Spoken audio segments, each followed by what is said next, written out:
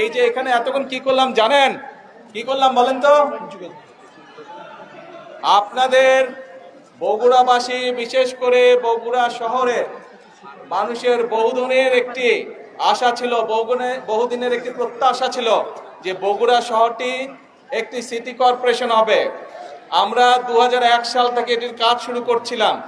Normally city কর্পোরেশনের যে সকল সুযোগ সুবিধা থাকে আপনারা দেখেছেন 2001 থেকে 2006 সাল পর্যন্ত আমরা ধীরে ধীরে সেইগুলোর ম্যাক্সিমাম, বেশিরভাগ যেগুলো সুযোগ সুবিধা থাকে একটি সিটি কর্পোরেশন হলে সেই সুযোগ সুবিধাগুলো আমরা গড়ে তুলেছিলাম। এখনো কিছু কাজ বাকি আছে, তবে আমরা এটি আজকে আনুষ্ঠানিকভাবে ইনশাল্লাহ সিটি কর্পোরেশন হিসাবে আমরা আনুষ্ঠানিক যাত্রা আজকে শুরু হলো বগুড়া শহরে।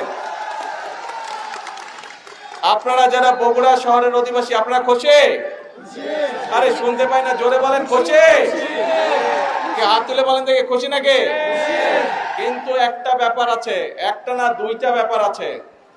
ব্যাপার হচ্ছে নিজের শহরকে কিন্তু নিজে পরিষ্কার রাখতে হবে।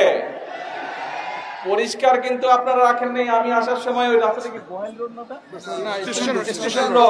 স্টেশন রোডে দেখলাম দুই পাশে অনেক ময়লা। আমি প্রশাসনের সাথেও কথা বলেছি, কিন্তু প্রশাসনেরটা করবে, কিন্তু নিজের ঘর তো নিজেকে পরিষ্কার রাখতে হবে, তাই নয় কি? হ্যাঁ, এখন সেটা স্টেশন রোড হোক, গোহাইল রোড হোক, বনানী মাটিডালি হোক, ভিতরের রাস্তাগুলো হোক, যারা এই সিটি কর্পোরেশনের মানুষ, যারা সিটি কর্পোরেশন আপনারা বাস করবেন, আমাদের নিজেদের শহরের যত্ন আমাদেরকে নিতে হবে। তাই তো আমরা সবসময়, আপনারা বলেন যে বগুড়াকে, আপনারা বগুড়া শহরকে একটা মডেল টাউন হিসেবে গড়ে তুলবেন, কিন্তু মডেল টাউন করতে গেলে তো শুধু সরকার একা পারবে না। এলাকার মানুষ, শহরের মানুষ যদি চেষ্টা না করে, শহরের মানুষ যদি একসাথে কাজ না করে, তাহলে তো সম্ভব না রে ভাই। আপনারা এখানে অনেকে ছোট ছিলেন, দেখেন নাই, আজ বড় হয়েছেন, কিন্তু মুরব্বী যারা আছে তাদেরকে জিজ্ঞেস করবেন 1 থেকে 6 পর্যন্ত আমরা কিভাবে মোটামুটি ভাবে শহরে বহু কাজ করেছিলাম।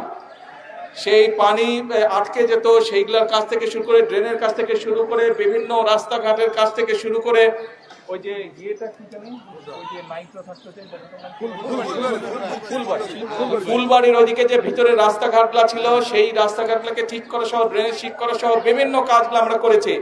এই দুই পাশে করতর, ওই পাশে যে ব্রিজগুলো ছিল, আগে ছিল একটা ব্রিজ, আপনাদের এই বিএনপি সরকারে কিন্তু 6টা না এক্সট্রা আরো 6টা ব্রিজ আমরা তৈরি করেছিলাম। কিন্তু এই সবগুলাই আরো কাজ করা যাবে, কিন্তু আপনারা যদি যত্ন নেন, যত্ন নিতে হবে। পারবেন তো? ঠিক আছে, দেখবো যে বগুড়ার মানুষ নিজের শহরের কতটুকু যত্ন নেয়। ঠিক আছে, আর আমার পাশে থাকবেন ইনশাল্লাহ। আগেও যেভাবে কাজ করেছি ইনশাল্লাহ ভবিষ্যতে আপনাদের জন্য এবং সামগ্রিকভাবে, এখন তো সারা দেশের দায়িত্ব, আগে নয় শুধু বগুড়া দেখতাম, সামগ্রিকভাবে সারা দেশের জন্য যদি কাজ করতে পারি, এই দোয়া করবেন। মুরব্বী সহ, মা বোন সহ সকলের কাছে এই দোয়া চাইছি। আমি বগুড়ার সন্তান, আপনাদের সন্তান, কিন্তু সারা দেশের মানুষ আজ দায়িত্ব দিয়েছে।